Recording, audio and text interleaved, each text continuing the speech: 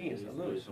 Fala pessoal, bem-vindos ao Interação, boa noite. Hoje, ao vivo, ao lado desse mito, ele que é o maior ícone da estética, saúde, beleza, qualidade de vida, conhecido mundialmente, paparicado pelas principais personalidades. Tá vendo? Ele tá jogando os adjetivos, porque ele sabe que eu sou bravo. Nós, da direita, nós somos bravos. Então ele tá apimentando, né, com adjetivos, mas não importa. Quando começar a discussão vai ser arrebentação, não se preocupe. Mais de 30 mil cirurgias realizadas no mundo. Alô, ficou bonita, alô, ficou bonita, obrigado. Roberto Miguel Rey Jr., Dr. Robert Rey. E meu filho é Roberto Miguel Rey III. Quando eu fui para Harvard, quando eu estava na Harvard, eu era filho, claro, não era, eu sou filho de faxineira, e lá só príncipe e filho. Olha, por exemplo, o cara que você estava na minha direita era o filho do Helmut Kohl, primeiro-ministro da Alemanha. O cara que você estava na minha esquerda é o filho do Bob Kennedy, que levou um tiro na campanha americana. Então, eu, filho de faxineira, claro, nunca mencionei que minha mãe limpava a banheira para a prefeitura, mas eu estava rodeado de rapazes e todos eles tinham um número no nome deles. Então, o meu filhinho, né, o Betinho, ele ficou Roberto Miguel Rey III. Entendi. Doutor, o senhor citou aqui, o senhor estudou nos Estados Unidos, né? Sim. Mas nasceu aqui no Brasil, em São Paulo, na Lapa. Vê se está certo na tarefa de casa.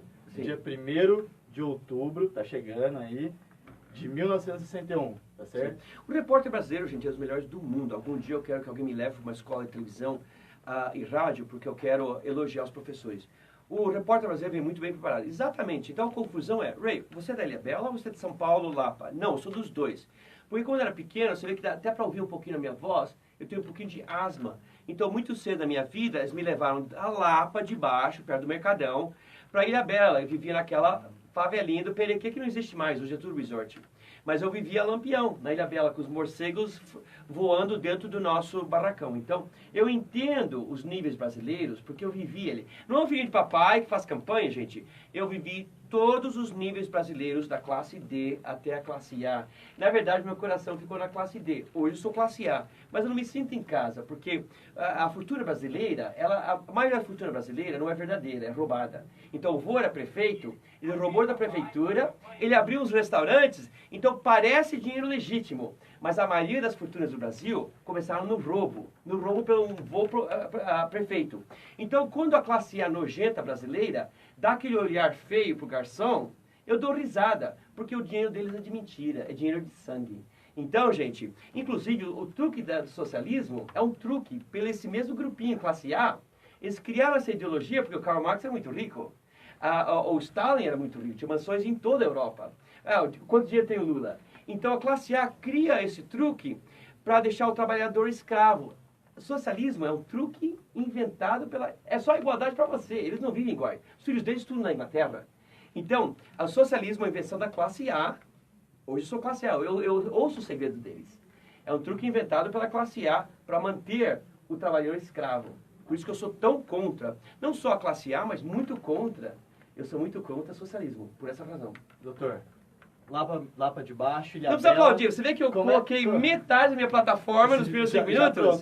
Mencionei a Harvard, mencionei que sou da direita, mencionei que eu amo o jovem. Você notou? Ó, nasci na mídia. Como é que o senhor foi parar do Brasil para os Estados Unidos? Como é que o senhor foi para lá? Eu vendo gente qualquer, você vê que eu trago para o Brasil a Free Market Society, o sistema americano, que não é nem esquerda, nem direita. Na verdade, um nos Estados Unidos equilibra o outro. A direita grita com a esquerda, e daí, quando a esquerda está em poder, a esquerda grita com a direita. Então, eles criaram, os homens, Jefferson, Washington, eles criaram um sistema muito interessante. É um equilíbrio entre a esquerda e a direita. Então, eu não trago nem a direita nem a esquerda.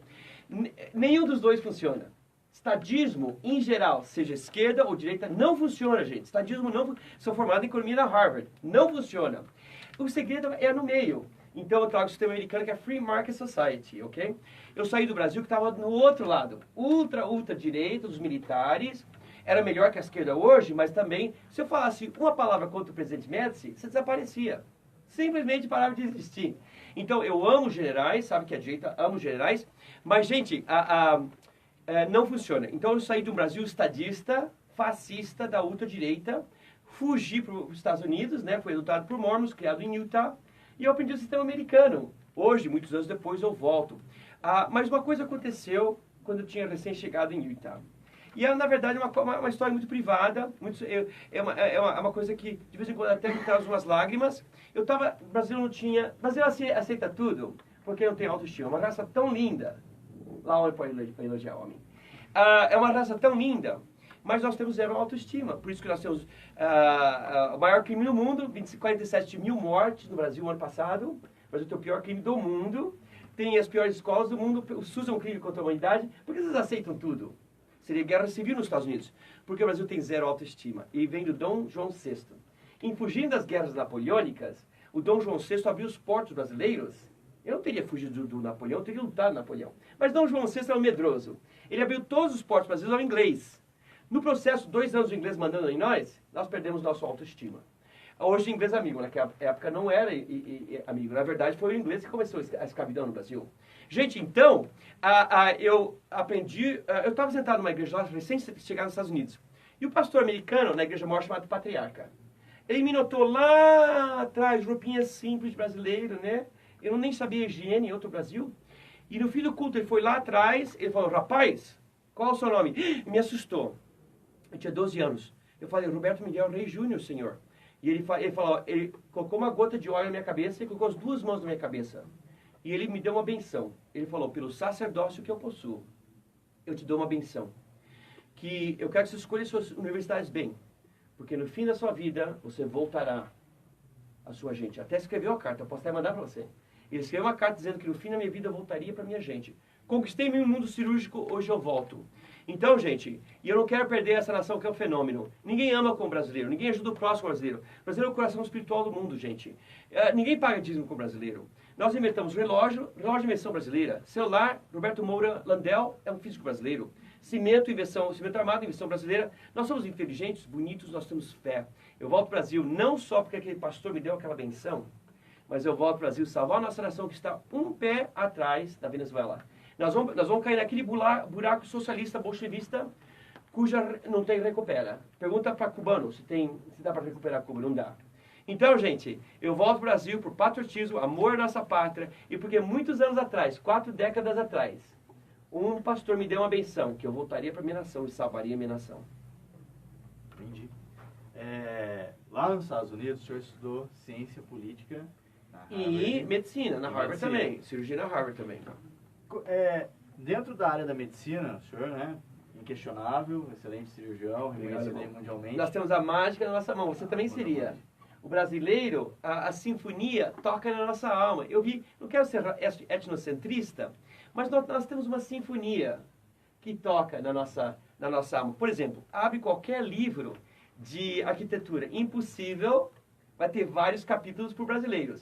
E na produção, gringo isso, gringo aquilo. A produção brasileira, eu gravei nos 2 países. A produção brasileira, gente, olha que lindo que a gente grava no Brasil. E o gringo é um pouquinho mais desajeitado na gravação.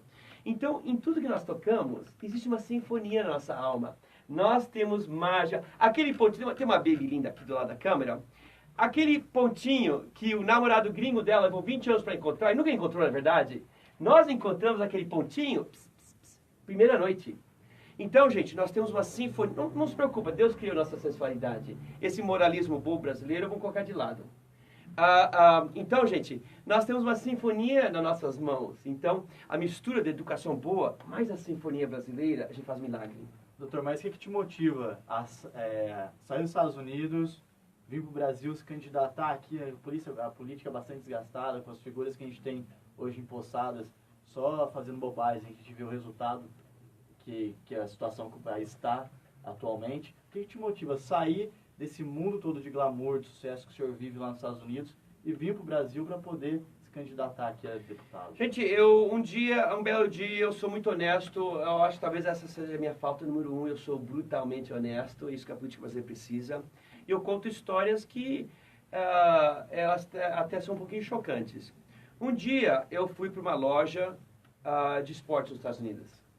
Eu tinha acabado de sair da cirurgia, ainda estava em jaleco, né? Eu estava tão quebrado. Entrei na loja e perguntei para a moça americana, você tem uma corda? Eu preciso comprar uma corda. E, claro, escolhi a corda mais linda da loja, né? E a moça perguntou, uma corda enorme, ela perguntou, você é alpinista? Eu falei, não sou alpinista. você tem um projeto na casa? Eu falei, não. E daí, de repente, ela entende o que está acontecendo. Estava comprando a corda, gente. Então, eu fugi do meu Brasil, eu dei as costas pro meu Brasil, gente, tenho vergonha de dizer. Meus irmãos trocaram os nomes deles, esqueceram a língua americana. Eu não falei português por 40 anos. Não falei português por 40 anos. Nenhuma palavra. Talvez 2 palavras. Então, gente, mas eu conquistei o mundo. Faz um Google, meu nome, terceiro médico mais rico do mundo. Mas eu não encontrei alegria. A Bíblia estava certa. Eu não encontrei alegria nos objetos. A minha vida não tinha mais propósito. Meus filhos já estavam crescidos. Então, gente, todo dia às 3 da manhã eu acordava e caminhava a mansão inteirinha no escuro, sem propósito. Então, eu ia fazer esse passo drástico. E uma brasileira, sempre salvo para as brasileiras, gente. Uma brasileira amiga aqui no Brasil, que fala, Ray, olha, não faça uma coisa assim, é contra a sua religião, é contra Deus, mandamentos de Deus. Se você realmente tem que dar sua vida, por que você não dá sua vida pelo Brasil? Então eu lembrei aquela bênção que eu tinha recebido 40 anos antes, que eu voltaria para o Brasil. Então, gente, é muito simples. Ou a gente salva o Brasil ou eu morro no processo.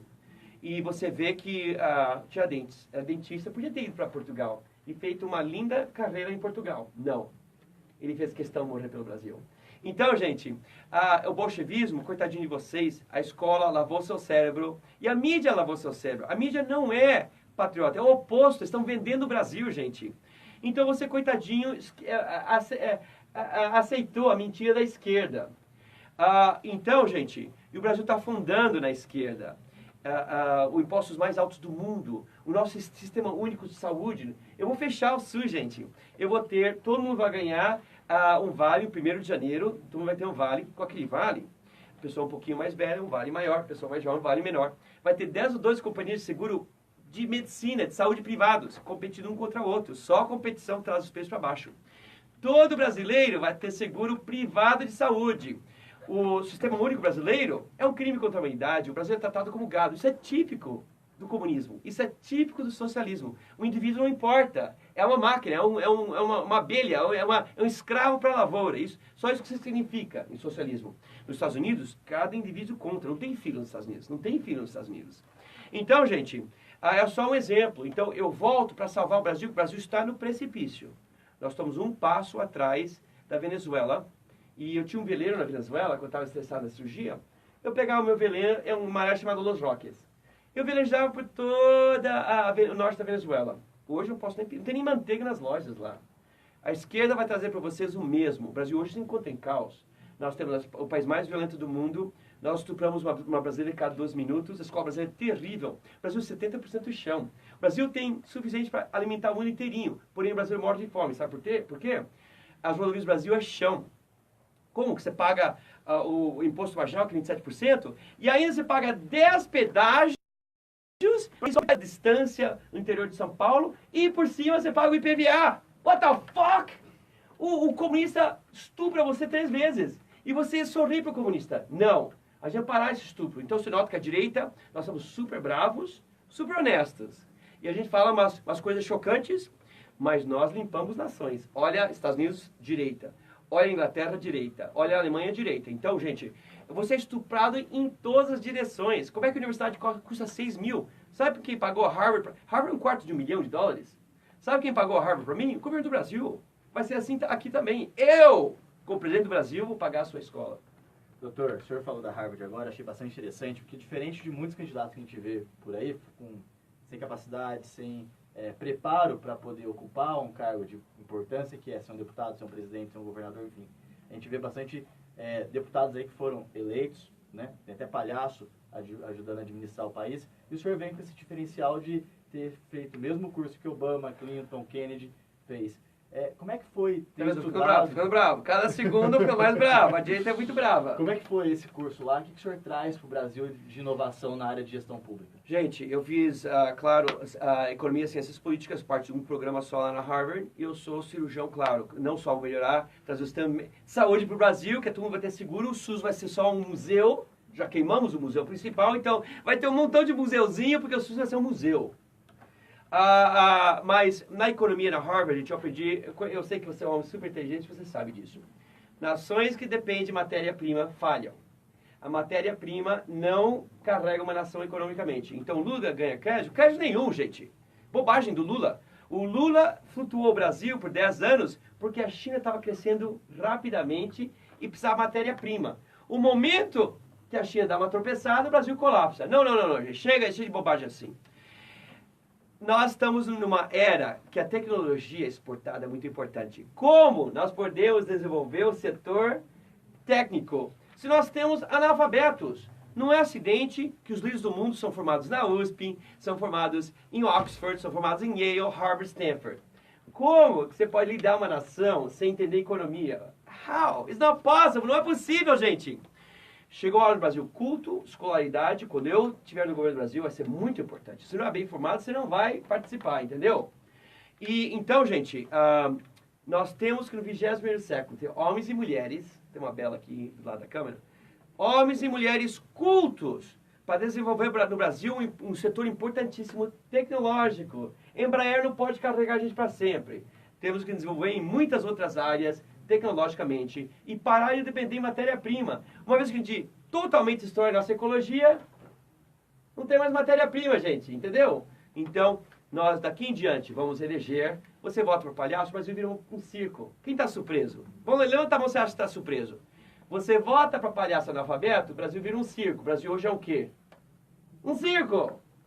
Ficamos amigos, um rapaz bom. Mas, quando eu expliquei para os jornais do mundo seguem minha campanha. O dia depois da eleição, eu tenho que explicar para o LA Times, um dos jornais mais importantes do mundo. Ray, o que aconteceu ontem na campanha? Eu perdi para um palhaço, analfabeto, socialista, não por 2.000 votos, por 1 milhão de votos, 4 anos atrás. O que você profetiza para o Brasil, então, formado na Harvard Economia?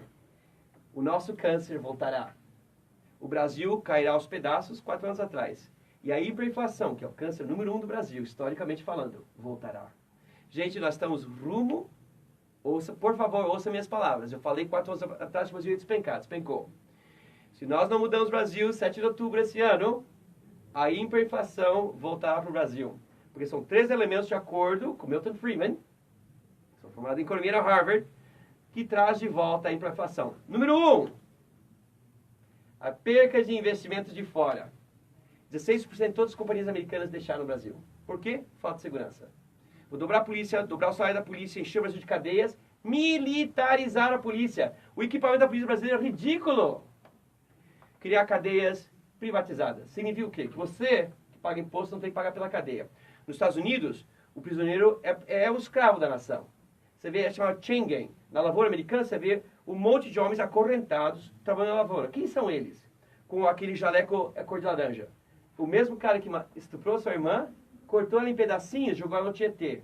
Esse cara vira escravo da nação. Matou aos 8, a idade da consciência dos Estados Unidos é 8. Matou aos 8, será julgado como adulto. Então, gente, o gringo volta quando o Brasil tem segurança. O gringo saiu. Número 1, falta de investimento de fora, volta de inflação. Número 2, a produtividade brasileira. Leva um gringo fazer o trabalho de 5 brasileiros. Um gringo fazer o trabalho de 5 brasileiros. Como é possível? Escolas terríveis. Escolas terríveis. Educação. Dedicamos o mesmo do PIB para a educação, é 4,5%. É o mesmo que os Estados Unidos, exatamente o mesmo. Como é que a escola brasileira é tão terrível e a americana é tão boa? Não dá certo aqui. O dinheiro não chega na escola. Eu vou criar um FBI. Já temos a federal, que é muito boa. Não temos serviço secreto nos Estados Unidos, do Brasil. Aquela secretária da sua companhia, na verdade, ela é uma agente do FBI, ficando de olho em você. Eu vou criar um serviço secreto no Brasil, por quê? Não temos fiscalização. O dinheiro, ele é mandado para as escolas do Brasil, mas ela acaba comprando mansão para analfabeto deputado federal e jato para senador. Sobrevive Washington. Não tem uma mansão, só uma, Casa Branca. Sobrevive Brasília. Só aeroporto privado, jatos privados e mansões. Criar um FBI no Brasil. Ficar de olho nesses malandros. Número 3. Prevenir a inflação. Gastar dinheiro. Para de comprar carro todos os anos. Televisão maior. Esse sapato está vendo aqui? Você fala, nossa, eu vi o Ray voando na classe econômica do avião. Sim. E quando estiver em Brasília, você vai ver o Ray pegando o ônibus. Gente, eu sou o terceiro médico mais rico do mundo. O que é que alguém me ensinou? Não gaste o seu capital. Não só não gasta, adiciona 10% e passa para os seus filhos. O Brasil tem que parar de gastar dinheiro, gente. Para de gastar. É o mesmo sapato. Olha os episódios velhos do Dr. Hollywood. É o mesmo sapato. Eu cuido das minhas coisas. Para de gastar dinheiro, gente. 3 passos para prevenir a inflação.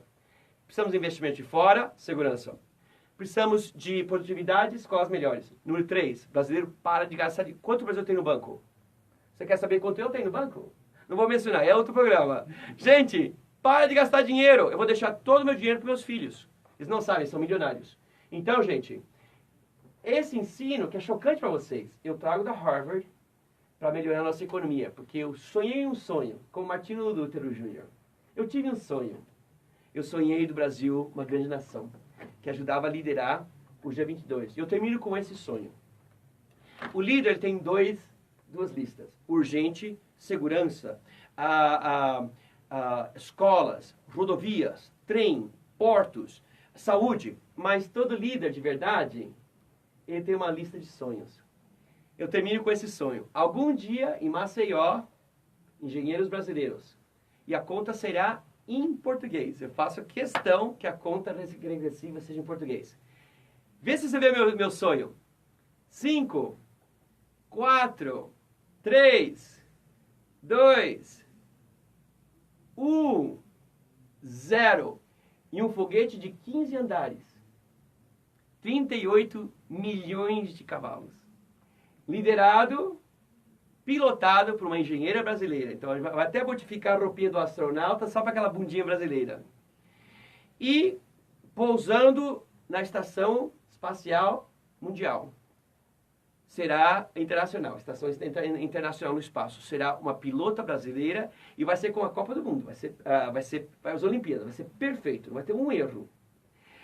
E o mundo inteirinho vai assistir o brasileiro em português, pousando e deixando 2 satélites. Imagina que erro militar alugar satélite de outro país. Nossos satélites são alugados, do gringo. Serão satélites brasileiros que funcionam um foguete brasileiro. Vale a pena 100 bilhões de dólares. A PT roubou 100 bilhões para comprar helicóptero para comunista. Vale a pena gastar 100 bilhões de dólares para um programa espacial? Sim. Porque naquele dia elevamos a autoestimação. Comecei com a autoestima quebrada, terminamos com a autoestima alta, gente. O Kennedy teve o mesmo sonho. Hoje os Estados Unidos é o país mais poderoso do mundo. Algum dia nós teremos um programa espacial também. Essa é uma viagem que eu quero fazer também. Eu tive um sonho no Brasil, primeiro mundo. Um Brasil que funcionava. 2 escolhas. Ou atinjo este sonho, ou eu morro no processo. Ô, doutor, o Brasil vive hoje um momento que a gente precisa de renovação na política, a gente precisa de uma oxigenação. Como ser... Chegou, gente. Não seja um idiota. A escolha é muito simples. 1069. Chegou. Se eu voltar para os Estados Unidos com a cauda entre as minhas pernas, ferrou, gente. Você está rumo a Cuba. Ok, gente? Então, vamos parar o mimimi. Você tem uma escolha. São 3. Moura, Ray e você sabe qual é o terceiro. São 3 escolhas. 3 homens que estão colocando suas vidas na linha. Primeira vez na história do Brasil. 100 anos. História moderna da política brasileira. Desde aquele idiota Getúlio Vargas. Primeira vez em 100 anos, gente. Que aquele socialista Getúlio Vargas. Que começou o tropeço brasileiro. Então, gente, primeira vez em 100 anos... Você acha que eu sou louco dizer isso? Olha os Estados Unidos e o Brasil, mesma idade. Os Estados Unidos está aqui, o Brasil está aqui. Por quê? Esse socialismo bobo começado por Getúlio Vargas. E depois João Goulart. O próximo foi João Goulart. Imagina, amigão do Getúlio Vargas. Então, ele se suicidou-se. Faz a matemática. Gente, então, você tem uma escolha esse ano. É a primeira vez na história da política moderna brasileira, desde Getúlio Vargas, que ouvimos a voz da direita. Primeira vez. Você tem uma escolha. Esses homens todos são ameaçados todos os dias. Eu sei que o Moro é ameaçado todos os dias. Eu sou ameaçado todos os dias. E o terceiro foi esfaqueado. Então, gente, pela primeira vez, eu não apoio tudo que eles dizem. O que eu estou dizendo, pela primeira vez, economicamente tem a voz da direita. Please, nós só precisamos do seu apoio. Nós não compramos votos, nós não aceitamos dinheiro. Eu vou pegar o ônibus para ir para o Planalto, mas agora é sério. Tá na sua, não pode depois dizer, coitadinho de nós, mimimi. Não. Esse ano você muda o Brasil. Tá nas suas mãos. Eu perder, eu vou embora, acabou. Gente, eu coloco a minha vida no altar da minha nação. O índio americano, o Cherokee, ele fala o seguinte: Não é só viver bem, você tem que morrer bem. Então, esse ano, gente, eu levo um risco todos os dias. Falando a verdade, está nas suas mãos. O que você quer do Brasil? A mesma porcaria para os próximos 100 anos? Olha, o holandês chegou na África do Sul, tudo funciona na África do Sul. Ele não levou tablete, ele levou chicote. Então, gente, o que nós precisamos aqui também é um pouquinho de chicote. As escolas que funcionam. Pare festa nas escolas, mas a escola americana nunca teve uma festa. Nenhuma! Festas na escola, e cadeias que é piada, não. Saúde que é brincadeira, não. Agora é sério. O Brasil precisa um pouquinho de chicote em todas essas áreas. Doutor, considerando a questão da violência no Brasil, principalmente contra as mulheres, o senhor que cuida de milhares de mulheres aí pelo mundo, como é que o senhor pretende cuidar da mulher brasileira e da segurança dela, principalmente? Gente, olha a minha mãe brasileira. Ela era uma santa. Você sabe que meu pai era um louco, né, da Segunda Guerra Mundial. Acho que a Segunda Guerra Mundial, meu pai estava na Força Aérea Americana. Meu pai era latino, porque o senhor tem o nome espanhol. Mas meu pai era na Força Aérea Americana. Eu acho que, lutando na Guerra Mundial, mesmo que ele foi decorado pelo presidente dos Estados Unidos, ele veio de uma família corajosa. Você nota que eu tenho muita coragem. Aí já tá, está, né? Não, meu pai era herói na guerra e eu também pagarei com o sangue aqui no Brasil. Gente, então o que eu estou dizendo é que meu pai voltou da Guerra Mundial bem louco, né? E ele surrava minha mãe, é muito ruim para as crianças. Enfim, você sabe a história do meu pai. Minha mãe era uma gaúcha, carinha bem gaúcha, né? Minha mãe era uma gaúcha, gente, de Juí, do interior do Rio Grande do Sul. Minha mãe era uma santa, gente. Por isso que eu tenho uma obsessão, então nota que eu venho um pouquinho taradinho, eu tenho uma obsessão pelas mulheres. Porque minha mãe era uma santa, minha mãe era uma santa. Gente, o Brasil hoje é o número 1 no mundo em violência. Número 1 no mundo em violência. 47 mil mortes no ano passado, aqui no Brasil. Matamos 86 policiais, temos policiais aqui atrás da Câmara. Gente, estupramos uma mulher brasileira cada 12 minutos. Brasil é o número 2 no mundo. Como se a China tem 1 bilhão? Brasil é o número 2 no mundo. Não é possível, gente. Vai parar. Passa meu telefone, gente. Então, obrigado, baby. Obrigado. Gente, o emendo americano, você sabe o que eu vou fazer com a polícia? Dobrar a polícia, dobrar o salário da polícia, militarizar a polícia. A polícia do Brasil não tem nem taser. Não tem. O Brasil não tem. Vamos militarizar a polícia, vão dar carros especiais blindados, como tanque de guerra para as polícias. Vai ser outra polícia. E vão criar cadeias privatizadas, que eu não quero que você pague mais imposto. Já paga 77% do maior imposto do mundo. A cadeia ser privatizada, o prisioneiro vai criar peças de carro, ele vai criar móveis e vai trabalhar na lavoura. Eu sou um gênio? Não, eu estou copiando, gente, exatamente o sistema americano. Ok? Então, mulher. Nos Estados Unidos existe uma vara de juízes. Juízes. Um circuito, né, de juízes que é chamado violência doméstica. A corte é chamada violência doméstica. É uma corte americana só dedicada à violência contra a mulher. Nos Estados Unidos você não pode nem olhar. A regra americana, se olha para uma mulher por mais de 5 segundos, você é processado. No elevador, você não pode nem olhar para uma mulher nos Estados Unidos. Levaram ao ridículo. Mas eu estou dizendo, eu vou copiar aquele sistema. Nós vamos ter uma vara chamada violência doméstica. De cortes que vão ter juízas. A juíza vai ser muito boa. Porque aquele juiz, ele mesmo surra a esposa. Ele coloca aquela denúncia na gaveta. E nós sabemos os estudos, as pesquisas, que em 6 meses a menina está morta. Quando ela chega na loja com o olho roxo, ela não caiu. Eu vi meu pai surrando minha mãe com um facão. Então, gente, fui muito traumatizado por essa experiência. Nós vamos ter um circuito de cortes com juizás chamado violência doméstica.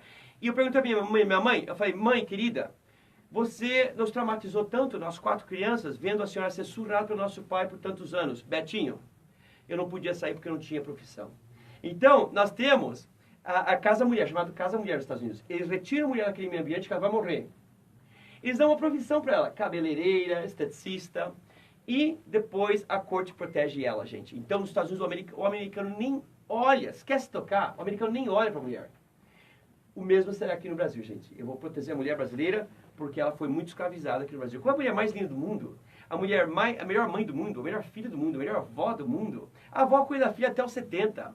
Como é que as melhores mulheres do mundo são as mais surradas do mundo? Não faz sentido. Doutor, caminhando aqui para a gente já ir para o final da entrevista, queria saber do senhor, Operação Lava Jato, o senhor apoia o juiz Sérgio Moro? Sérgio Moura, eu vou até o Confins de Judas. Na verdade, eu tive no Confins de Judas 2 vezes, lá em Minas Gerais. Eu vou até o Confins de Judas por ele. O que ele fez, a coragem daquele homem. Gente, a coragem. Você vê que eu também estou rodeado de vários policiais, os melhores tiros do Brasil. Eu rodeado dos melhores tiros do Brasil. Gente, a coragem daquele homem. Algum dia eu quero ter a oportunidade de dar a mão para ele. São só 3 vozes no Brasil. A gente não estamos de acordo em tudo, né? Mas o fato que tem 3 homens que são ameaçados, facados, e continuam lutando para o Brasil, primeiro mundo, eu acho que é digno de respeito. Então, o Moura, o que ele fez no judicial, não vi em nenhum judicial em nenhum lugar do mundo. Então, ele merece estar na história do Brasil. Sem 210% de apoio, eu serei o melhor aliado dele lá. E no judicial, no legislativo, é o rei. Eu lá no Congresso, eu vou ser o seu espião. Gente, olha o Congresso hoje. Vocês pagam uma fortuna de imposto, o maior imposto do mundo, olha, Congresso vazio. Gente, eu vi 2 malas de dinheiro chegar nesse escritório aqui, a porta fechada. Eu vou ser o seu espião no Congresso do Brasil, gente. E claro, nós temos um candidato, né, para o executivo, não vou nem mencionar. Mas então, gente, por favor, são só 3 homens que têm a coragem de enfrentar a máquina da esquerda, que é um veneno e um câncer. Então, por favor, precisamos do seu apoio. Meu número é 1069 chegou lá no Brasil, primeiro mundo. É esse ano ou o fim do Brasil? Doutor, é uma pergunta meio óbvia, sei que talvez eu nem precisasse fazer. Não sou gay, é só a voz. Mas não esse óbvio, outro óbvio. A pessoa pergunta, é assim, o senhor fala publicamente, sem problema nenhum, que é milionário, o 3º médico mais rico do mundo. Não, mas está na internet. Tá, é público. O senhor pretende abrir mão de auxílio paletó, motorista, caso seja eleito? Gente, eu faço mais, você vai ver que eu vou continuar operando como cirurgião, a maioria das minhas cirurgias são de graça, hoje em dia não preciso mais, né, do salário. Você vai ver, muito médico, tem odiadores, com pessoas odeiam você, tem os odiadores que me criticam, mas eu faço mais missões humanitárias, eu faço na África muitas, eu faço em Israel, super perigoso, já levei tiros em Israel. Eu faço missões América Central, que uma vez foi em Honduras, durante a Guerra Civil de Honduras. Eu já fiz missões humanitárias aqui na Santa Casa, gente. Eu vou continuar trabalhando a minha profissão. O conservador de verdade, ele não suga na teta da nação. Como você sabe, o Trump, ele não aceita dinheiro dos Estados Unidos. Ele não aceita. Ele trabalha com presente de graça. O Mitt Romney, governador do Massachusetts, também. Ele não aceita salário Bloomberg de Nova York, também não aceita dinheiro. Então, eu vou continuar exercendo a minha profissão como cirurgião, a maioria das missões humanitárias. O congresso é terça, quarta e quinta. Sexta e sábado, eu vou continuar minhas missões humanitárias. Então, só vi que vai continuar. Então, gente, sim, o meu plano é morrer pobre, eu vou dar todo o meu dinheiro antes de morrer. E eu sempre fiz muitas missões, eu dou uma fortuna todos os anos, né? Para as várias organizações, especialmente os vicinhos. Eu comecei como veterinário. A minha vida, na verdade, eu fui veterinário em 4 anos. Comecei o oposto. Daí eu virei médico. Então, vamos salvar os bichinhos do Brasil. Gente, eu dou muito dinheiro para as organizações... e ambientais também, né? Porque eu sei que o senhor construiu lá em Manaus uma Nossa, clínica... eu ganhei, a gente ganhou. A minha casa, eu pedi para o meu grupo de arquitetos criar uma clínica, por exemplo, os outros médicos, totalmente... ecológica. Então, a minha mesa de atendimento é feita de lixo. Não tem problema. Eu sou rato de favela. Eu nasci no lixo. Então, eu me sinto em casa. Tudo naquela clínica é feito de lixo. Até as manicetas das portas é alumínio reciclado. Nossa, você está vendo? O repórter brasileiro vem muito bem preparado. É uma coisa que eu fiz muitos anos. E você lembrou? Nós ganhamos o troféu aquele ano número 1, porque nós tínhamos uma clínica totalmente reciclada. Eu li lá também que o senhor pretende se aposentar e morar no Amazonas, confere? Gente, graças a Deus... se aposentar, né? O líder tem uma pegadinha, né? Você vê que o Napoleão tinha uma pegadinha, Dom Pedro tinha uma pegadinha. Na verdade, não é possível ser líder sem carisma, né? Então, porque na Harvard me ensinaram que ser líder, na verdade, é comunicar um sonho. Eu sonhei no Brasil, primeiro mundo, no Brasil que funcionava. Então, gente, como eu tinha uma pegadinha, fui muito honesto no meu livro, né? Eu beijei, eu acho que muitas babies demais, até minhas fotos, né? Evasamos minhas fotos, enfim. É um truque bem, eu era artista, é um truque bem comum em Hollywood vazar as fotos, né? Nunca mais me chamaram Dr. Gay, acabou. O dia que eu vazei as fotos, E eles perceberam que eu tenho 17% africano. Mormon, a gente faz genealogia. Eu fiz a minha genealogia, gente. Eu tenho alemão, eu tenho espanhol, meu pai é espanhol. O meu orgulho é que eu sou 17% africano. A minha genealogia... Então eu tive que vazar as fotos, gente, porque era... o Ray é fresco, o Ray é gay, o Ray é bunda mole. Vazei as fotos, fim. Nunca mais falaram, gente. Figura. Gente, mas a sua sensualidade, esse moralismo brasileiro, sabe que eu sou muito contra esse moralismo falso brasileiro. Não tem nação mais corrupta que o Brasil. A sua sensualidade, incluindo seu Mr. Happy, foi criado por Deus. Deus. Então, gente, vazando as fotos, pegadinha, eu posso equilibrar essa pegadinha. Eu encontrei um versículo na Bíblia que diz: e caridade cobrirá um mar de pecados. Como eu beijei umas bebezinhas demais, como eu vazei minhas fotos anos atrás, eu faço questão de morrer pobre fazendo cirurgia de graça no Amazonas. Porque, lembre-se, aspas, e caridade cobrirá um mar de pecados. Bacana. Doutor, voltando à questão da violência, queria que o senhor comentasse o atentado que houve. Eu quero só explicar uma estratégia do político americano. Você viu que o Obama, ele mesmo falou no livro dele que ele, acho que foi maconha, que ele fumou maconha. O político americano, a gente conta tudo no nosso histórico. É uma estratégia muito inteligente, que você nunca pode me criticar. Não, eu escrevi no meu livro que eu vazei minhas fotos. Eu escrevi no meu livro que eu amo brasileirinha e beijei muitas brasileirinhas. Então, o político americano ele faz o oposto. Aqui, aquela cara séria que você no Congresso, eu adoro, eu dou uma risada. Quando você vê os senadores brasileiros, tudo sério, tudo cavalheiro, não tem pior ladrão que ele. Não tem pior ladrão que o senador brasileiro. Então, gente, o político americano é o oposto. A gente conta, sim, eu adoro as babies brasileiras. Beijei mais que eu devia ter beijado. Eu vazei minhas fotos. Porque o brasileiro me chamava de bunda mole. O artista pode vazar fotos. Então, você nota que a estratégia do Obama é contar tudo. Não tem como criticar. A gente escreveu um livro 5 anos atrás. Eu contei em todos os programas isso. Expor suas realidades, né? É uma outra estratégia. Nos Estados Unidos, o que é mais importante é a honestidade. Mas o que eu queria saber do senhor agora é a opinião do senhor, aí, a sua posição em relação ao atentado que o Jair Bolsonaro sofreu. Gente, eu estou cansado de explicar. Numa democracia de verdade, temos a voz da esquerda, a voz do centro e a voz da direita, gente. É super simples. Você tentando calar a voz da direita, vai ter o oposto reflexo do público, entendeu? Tem muita coisa que ele fala que não é a minha plataforma, mas ele traz aquela economia da direita, entendeu, gente? Então, o que aconteceu com o campo? Você acha que o avião, de repente, para de funcionar? Que tal a Juscelino Kubitschek esquece como dirigir? Tancredo Neves, sou cirurgião. Diverticulite não mata assim. Então, gente, especialmente a esquerda, vamos parar. Não é assim que se conduz campanhas. A maneira que a gente conduz e ganha campanhas é fazer um trabalho tão bem feito como Juscelino Kubitschek. Ele foi tão amado em Minas Gerais que ele virou presidente da República. Então, a chave não é destruir a oposição. A chave é fazer um trabalho tão bem feito que o eleitor ele faz questão de votar em você de novo, gente. Então, vamos ter uma democracia de verdade. Voto comprado não é democracia, gente. Os partidos maiores compram o voto no Brasil. O Brasil não é democracia. Vamos ter uma democracia presidencial de verdade. Democracia presidencial de verdade. E algum dia eu gostaria de trazer o Electoral College, o colégio eleitoral americano. Porque senão, os lugares mais populosos do Brasil sempre vão ganhar. E São Paulo nunca vai ter a voz, Rio Grande do Sul nunca vai ter a voz. A razão que Estado pequeno nos Estados Unidos pode ganhar a eleição é que nós temos o colégio eleitoral. Os Estados Unidos é uma república presidencial. O Brasil é uma democracia presidencial.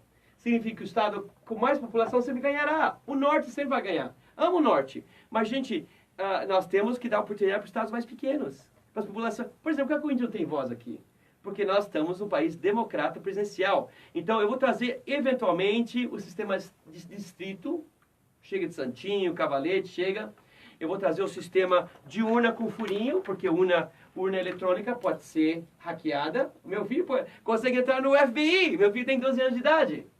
E eu vou trazer o colégio eleitoral para o Brasil, algum dia. Porque, assim, os estados populosos não sempre ganham. dar uma voz para os estados menores, os grupos menores como os índios, entendeu? Por isso que existe o Colégio Eleitoral Americano. Então, gente, a minha plataforma não é com o Bolsonaro, se bem que ele traz aquela economia da direita que eu gosto.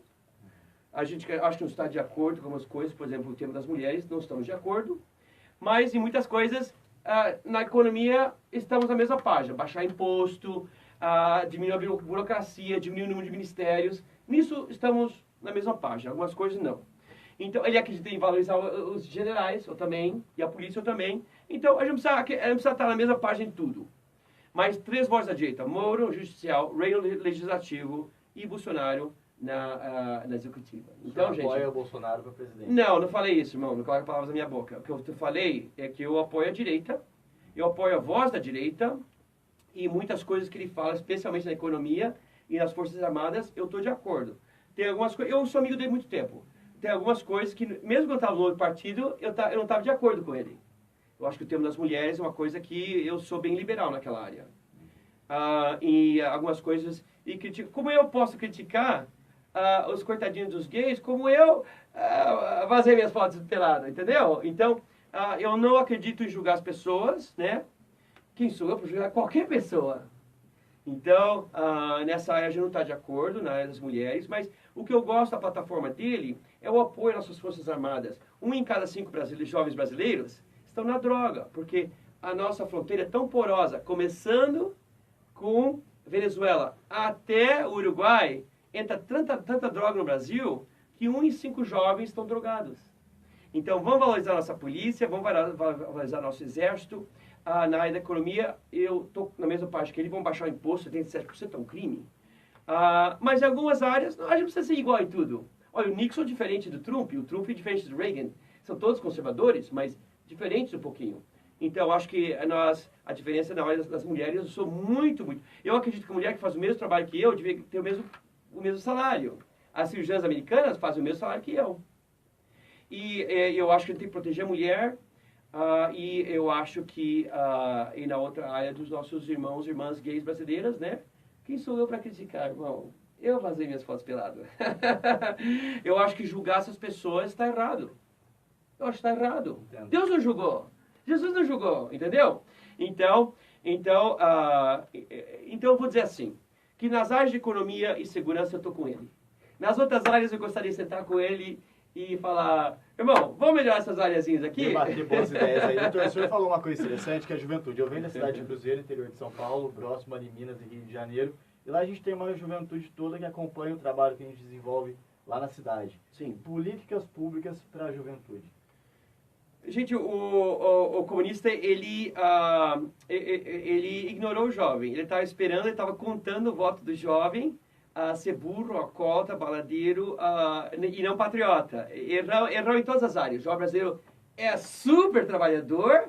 Eu falo de vez em quando com algumas babies, eu estou estudando para o Enem. What? E eles estudam, se matam. Eu não teria passado o Enem no Brasil. Não tenho inteligência. Eu sou muito bom cirurgião, mas não teria inteligência, porque o Enem é impossível. Olha o OAB brasileiro, é impossível passar o OAB. Então, o jovem brasileiro é muito inteligente, ele é trabalhador, ele não é alcoólatra, ele não é drogado. Ele é patriota. Olha, 2 exemplos aqui. Mas eu acho que número 1 jovem, o mais importante para o jovem é pagar a escola do jovem. A diferença do rei favelado, o rei criminal, foi para a cadeia 3 vezes, todo mundo sabe, né? Antes os mormons resgataram, foi para a cadeia 3 vezes. Está vendo como o americano, o ensino americano para política é contar tudo. Não tem nada para você contar depois sobre o rei, você sabe tudo. Transparência total. Sim, gente. Eu roubava as lojas para sobreviver, não tinha comida em casa. Eu carregava uma pistola aos 12 anos de idade. Mas, graças a Deus, os mormons bateram na minha porta, me resgataram e me mudaram. Utah me mudaram. Mas o que o jovem precisa, número 1, na minha opinião, é educação. O rei favelado, criminal, que carregava uma pistola. E o rei hoje, qual a diferença? Essa é a diferença. Hoje eu sou um homem culto. Entendeu, gente? Não precisa ser Harvard. Tem tantas universidades boas no Brasil. O que eu estou dizendo, gente, é que nós precisamos apoiar não só a Universidade do Jovem, a Academia do Jovem. Como é que o atleta nos Estados Unidos é apoiado? Aqui não, a Academia é uma fortuna aqui. Nós vamos apoiar o Enem. Quantos estudando para o Enem americano? SAT, o Enem americano. Quantas vezes foi pago para mim, gente? Precisamos ajudar o jovem no preparo para entrar na universidade, precisamos ajudar o jovem financeiramente. Poucos estudantes americanos pagam, pouquíssimos. O governo americano se encarrega de pagar a universidade, por isso que é um país tão culto. Nós temos e vão pagar também para as academias, porque tem tantos jovens atletas tão bons no Brasil. Então, eu acho que número 1 para mim, mais importante, eu posso mudar tudo, mas o mais importante, 1º de janeiro de 2019, e lutar para que a Universidade Brasileira do Estudante seja paga pelo governo do Brasil. Muito bem. Doutor, entrando numa questão mais pessoal, agora para a gente já finalizar essa entrevista... E eu preciso tocar na parte gay, né? Não, tranquilo. É só a voz gay, gente. Eu queria saber... Bruce Lee também tinha voz feminina. Asa! Lembra do Bruce Lee? De toda a sua trajetória profissional, sua carreira, qual foi o momento de mais satisfação que o senhor teve na sua vida até hoje?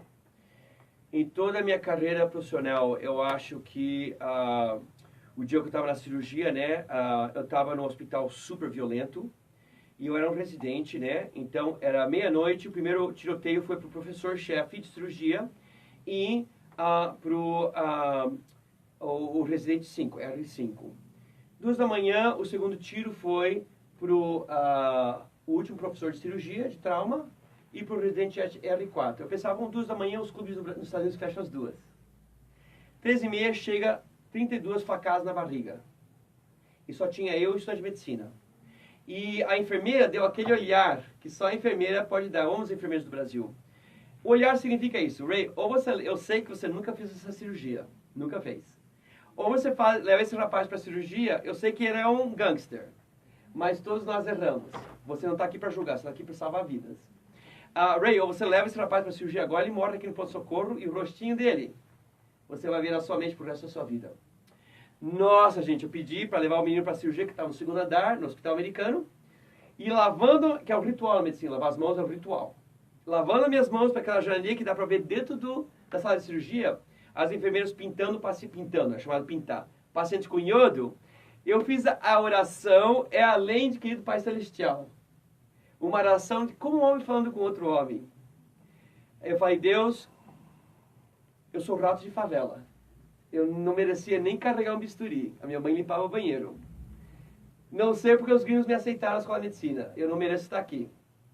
Mas Deus é uma pessoa que eu vou, em poucos minutos que eles começarem nas ruas de Los Angeles, eu vou terminar, eu vou matar ele. Não por mim, Deus, eu mereço qualquer coisa ruim, mas por esse rapaz. Por favor, guia minhas mãos. Eu entrei na cirurgia e a enfermeira sabia que... Por isso que cirurgião não... Olha o jaleco cirurgião, cirurgião não usa cueca. É só jaleco. Porque eles mijam nas calças. Tem momentos na medicina que você mija, é como o piloto, naquela turbulência, você mija as calças. Eu entro lá e ela bate o bisturi na minha mão com um pouquinho mais força, só para eu lembrar que eu era um 0. Então, nunca tinha feito a cirurgia mais complicada de toda a cirurgia de trauma, que é laparotomia e enterotomia. Eu tinha lido sobre ela, eu tinha visto ela aos ombros dos meus professores, nunca tinha feito. Eu coloco aquela bisturi número 10, na barriga do paciente. Oh, meu Deus, vou matar esse homem. E daí eu sinto a luz. Não é que eu vejo a luz, mas o meu espírito sente a luz. A luz começa em cima da minha cabeça passa para os meus ombros, dos meus ombros para minhas mãos. Resumindo a história, 2 semanas depois o rapaz me abraça, o Dr. Ray, obrigado por ter salvado a minha vida. E ele vai embora.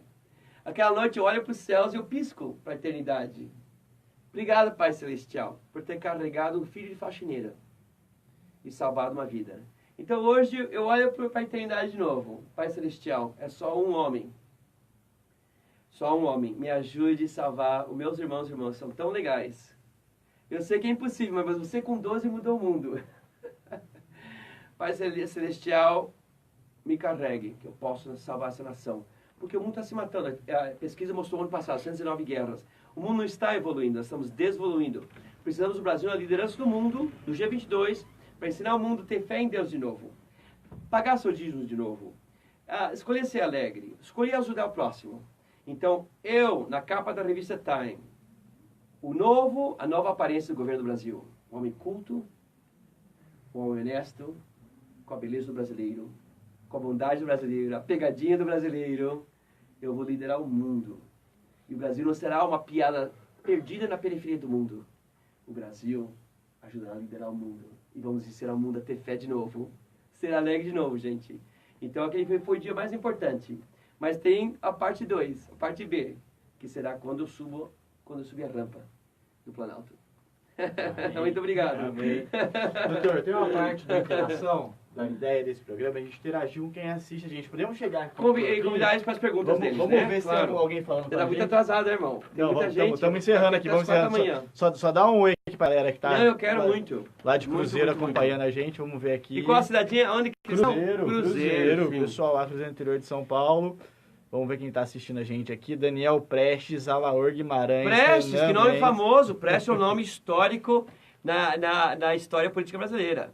Foi da esquerda, mas não tem problema. A gente perdoa. A Paula está perguntando, a campanha está boa, as ideias são ótimas. Ele está se candidatando para qual cargo? Fala pra galera. Olha, gente, foi tantas ameaças, né? Tantas ameaças que a minha esposa americana não entende.